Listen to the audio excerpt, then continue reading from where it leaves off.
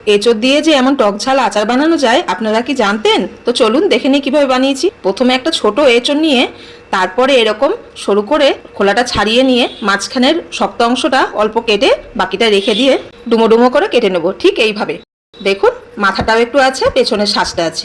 তারপরে নুন দিয়ে হলুদ দিয়ে একটুখানি সেদ্ধ করে নেবো 80% মতন। এরপরে এঁচোড়টাকে জল ঝরিয়ে একটা শুকনো কাপড়ে রেখে জলটাকে পুরো শুকনো করতে হবে।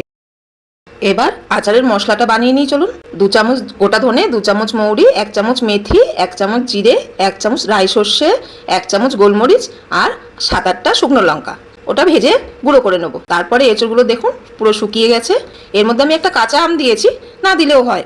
তারপরে এখানে গোটা মেথি, মৌরি আর কালো জিরে দিয়েছি, কাশ্মীরি লঙ্কার গুঁড়ো দিয়েছি আর হলুদ গুঁড়ো, আমচুর, নুন আন্দাজ মতন। আমি কাঁচা আম দিয়েছি তাই, না হলে আমচুরটা ডবল করে দিতে হবে। আর একটুখানি চিনি দিয়েছি স্বাদের জন্য। এই যে ভাজা মশলাটা গুঁড়ো করে নিয়েছি, পুরো মিহি নয়, একটু দানা দানা। তারপরে তেল গরম করে একসঙ্গে সব মশলাগুলোর সাথে ভালো করে মিশিয়ে নেবো। সব মশলা একসঙ্গে ভালো করে মেশানো হয়ে গেলে এরপরে 3-4 দিন একটু রোদে দিয়ে নেবো। দেখুন 3-4 দিন রোদে দেওয়ার পরে আচারটা বেশ মজে গেছে। এরপরে একটা শুকনো কাচের বয়ামে আচারটা দিয়ে ওপর থেকে তেল দিয়ে রোদে দিন আর সারা বছর খান টক ঝাল এঁচোড়ের আচার।